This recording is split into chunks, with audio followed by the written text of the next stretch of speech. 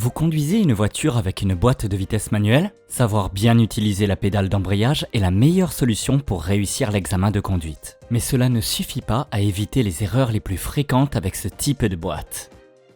C'est la raison pour laquelle nous allons voir les 8 erreurs les plus répandues que vous pourriez commettre au volant d'une voiture avec une boîte de vitesse manuelle. Numéro 8. Laissez la voiture en vitesse au feu rouge.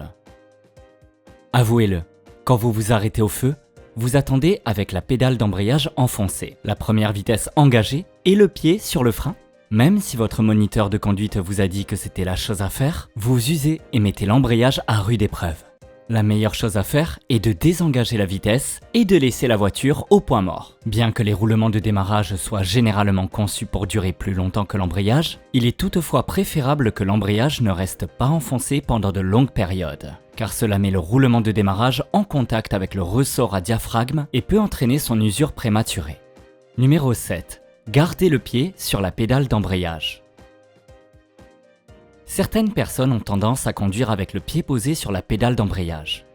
Cela peut entraîner un contact entre le roulement de débrayage et le couvercle de l'embrayage, créant ainsi une friction inutile qui, à la longue, provoquera des bruits et une défaillance de l'embrayage, dont la réparation est coûteuse. Numéro 6. Relâchez l'embrayage trop rapidement.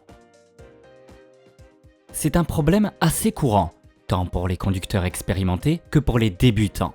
Un relâchement trop brusque de l'embrayage fera sursauter le véhicule tout en exerçant une pression excessive sur le moteur et la transmission. Ce processus surchauffe l'embrayage, ce qui peut causer des dommages à long terme. Avec l'expérience, cependant, vous apprendrez à reconnaître le point de débrayage et vous pourrez ainsi conduire de manière plus naturelle et fluide. Vous serez alors en mesure de mieux contrôler la voiture sans la bloquer ni la secouer. Numéro 5. Gardez la main sur le levier de vitesse. Quand on change de vitesse, on ne pense pas forcément à ce qui se passe à l'intérieur de la boîte. Mais chaque fois que vous passez une vitesse, une fourchette de sélection entre en contact avec les pièces rotatives pour engager le rapport. Poser la main sur le levier quand une vitesse est engagée peut exercer involontairement une pression sur la fourchette de sélection et sur d'autres pièces internes. À long terme, cette habitude peut accélérer l'usure des composants de la boîte, entraînant des bruits gênants ou même des difficultés à engager une vitesse. Donc, après avoir changé de vitesse, enlevez la main du levier et remettez-la sur le volant, et également pour des raisons de sécurité. Numéro 4. Utilisez l'embrayage pour maintenir la voiture en côte. Si vous devez vous arrêter pendant une montée, vous devez vous assurer que votre voiture ne recule pas. De nombreux conducteurs le font en maintenant le point de débrayage afin de rester stable dans la pente. Cependant, cela use le matériau de friction du disque d'embrayage car celui-ci tourne à une certaine vitesse tandis que le poussoir du moteur en tourne à une autre.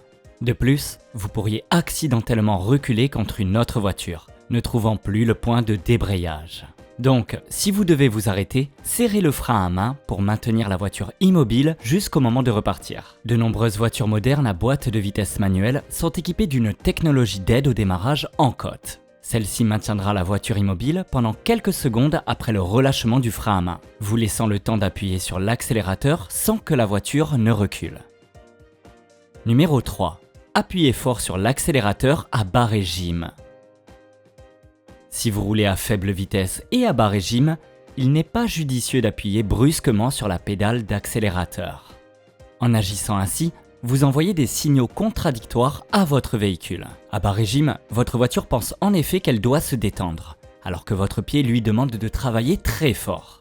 Cela provoque un stress excessif pour le moteur qui finira par nuire à son bon fonctionnement. Si vous avez besoin d'augmenter la vitesse, il est préférable de rétrograder d'un ou deux rapports puis d'accélérer. Là encore, l'expérience est utile, car avec le temps, vous développerez la capacité de comprendre quel rapport correspond à une vitesse et à un nombre de tours donné. Numéro 2. Passez au point mort en descente. C'était une pratique assez courante pour économiser du carburant en passant au point mort dans les descentes. Mais le système d'alimentation des voitures modernes ne le permet pas, car cela n'est pas avantageux sur le plan énergétique. De plus, cela est également dangereux car vous n'avez pas le contrôle total de la voiture. En effet, vous ne pourriez pas accélérer pour échapper à une situation dangereuse et vous perdriez également le frein moteur, risquant ainsi de surchauffer les freins dans les descentes. Numéro 1. Freiner sans utiliser l'embrayage. En général, lorsque vous freinez et décélérez, le régime moteur diminue avec la voiture. Et s'il devient trop bas, la voiture s'arrête. Il est donc important d'enfoncer l'embrayage avant que cela ne se produise. Sinon, la voiture calera et s'éteindra.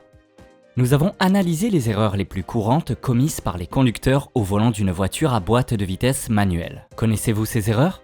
Avez-vous entendu parler d'autres habitudes de conduite qui peuvent endommager la voiture et en particulier la boîte de vitesse ? Faites-le nous savoir dans les commentaires ci-dessous.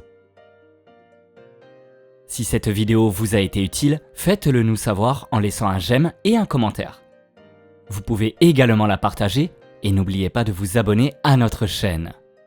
Nous vous recommandons de visiter notre site jazzcompany.com pour découvrir nos prochains projets.